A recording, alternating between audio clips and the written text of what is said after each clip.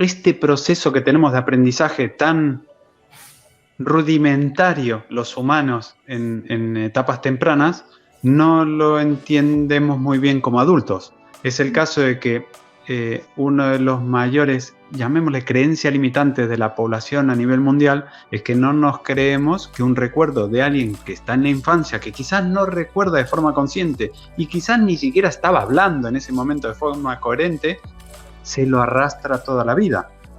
En un momento estuve entrevistando a una persona que se dedica a cuidar animales. Para mí que tiene un don, realmente tiene un don, tiene una energía absoluta. Es que se acerca a un tigre, abraza un tigre y yo digo, pero ¿cómo es que no tiene miedo? O sea, se tira al agua entre orcas, exactamente, ¿no? Y me contó una historia que a mí me fue sorprendente, que después investigué mucho más. Se hizo una especie de experimento en 1900. Ahora no me acuerdo exactamente qué, el libro ya hace 2 años que lo publiqué, que iba de un mono y un bebé. Y entonces había salido un reportaje de que los monos no habían evolucionado como los humanos porque pues que no habían enseñado a hablar y porque no tenían los padres adecuados. Y entonces hubo un psicólogo de aquella época que debatía todo eso y decía que un mono nunca podía evolucionar a eso y que para demostrarlo adoptó un mono a la misma edad que su bebé y los crió conjuntamente. Wow. Para que te hagas una idea, 6 meses después, el mono era más educado que su bebé, porque tenía un proceso más acelerado de aprendizaje, porque los simios tienen un proceso más acelerado de aprendizaje. Entonces, resultaba que cuando los dos tenían la misma edad, 7 meses, pues el mono era como el doble de inteligente que el bebé. Entonces, el mono se transformó en el líder de la manada. Entonces, ¿qué pasó? Que cuando cumplieron 1 año, el mono era más inteligente que el niño. Por lo tanto, el niño hacía caso al mono y no al padre.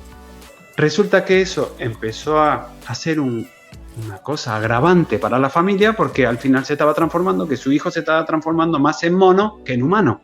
Y no era al revés como querían probar la teoría, ¿no? Que el mono no podía evolucionar y al final el que no evolucionaba era el humano. Resultó que el experimento lo pararon, pero el niño, al cabo de muchísimos años, le quedaron los dejes de mono. Pero le quedaron eternamente para toda la vida.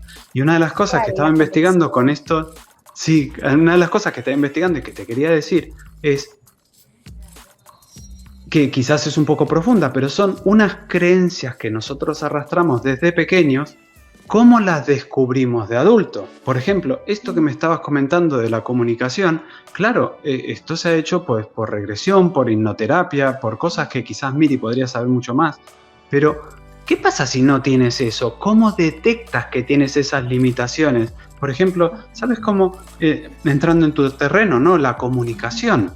Quizás cuando tienes un miedo escénico o hablar de tus cosas personales o vender o esa relación que tienes, pues ahora que está tan de moda, ¿no? La abundancia y el dinero, ¿no? El cómo le hablas al dinero, ¿cómo detectas eso? ¿Tienes alguna especie de, se puede decir, sobre tecnología o test para detectar algo habiendo pasado por tantas cosas?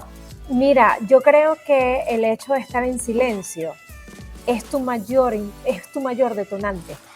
De cuánto patrón repites de tu sistema familiar, de cuánto patrón repites de tu historia, ya sea, hablando padres. Mira, a mí me encanta yo soy consteladora familiar. Y la constelación familiar, a mí me fascina la constelación familiar porque traemos historias de tercera, cuarta generación. Y una de las cosas que más se estudia, o sea, como nos preparamos los consteladores, es viendo la gestualidad de las personas. Muchas personas han caído como en teorías de que la energía y todo esto, y bien, yo respeto la teoría de cada quien, pero para mí es clave, por ejemplo, la gestualidad de la persona. Y darte cuenta de que al final nosotros tomamos comportamientos comunicacionales de nuestro sistema familiar. Y esos patrones comunicacionales tienen una historia emocional que además es colectiva. Sabemos que si cierro las manos y la gente me ve con las manos cerradas todo el tiempo, es porque de repente estoy como constantemente molesto. Y probablemente yo no estoy molesto, pero es un patrón de comportamiento que tomé de mi papá, que mi papá trae una ira de repente con mi abuelo. Entonces lo que te quiero decir es que cuando nosotros estamos en silencio, cuando no tenemos tecnología, cuando no tenemos el teléfono, cuando no tenemos la televisión, cuando simplemente nos quedamos en un espacio, ni siquiera con los ojos cerrados, con los ojos abiertos, mirando hacia un punto fijo, y empezamos a convertirnos en observadores de nuestros pensamientos, inclusive podemos escribirlos y empezar a ver de repente frente al espejo nuestra gestualidad, de cómo nos vemos. Ahí yo te puedo decir, ahí tú ves toda la historia.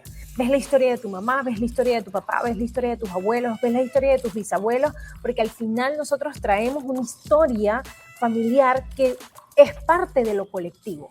Entonces, yo quiero romper con algo limitante. Me quedo en silencio, porque la forma en que yo me trato en la intimidad, créeme, que es la forma en cómo yo estoy tratando al mundo y como el mundo me está tratando a mí de reverso. Fíjate que esto encaja mucho, perdona Miquel un segundito, fíjate que esto encaja mucho con lo que pasó durante la pandemia, que la gente tuvo más tiempo para estar en silencio y pasó esto de que se llamaba, ¿no?, el massive quit, el que la gente dejaba los puestos de trabajo, que hubo una ola en Estados Unidos que en 6 meses el 40% de la población adulta dejó los puestos de trabajo para cambiarlo. Claro, justo esta es una clave súper importante. Ahora, Miquel, te dejo a ti, ¿no? Que quería remarcar eso del silencio, la importancia que es, ¿no?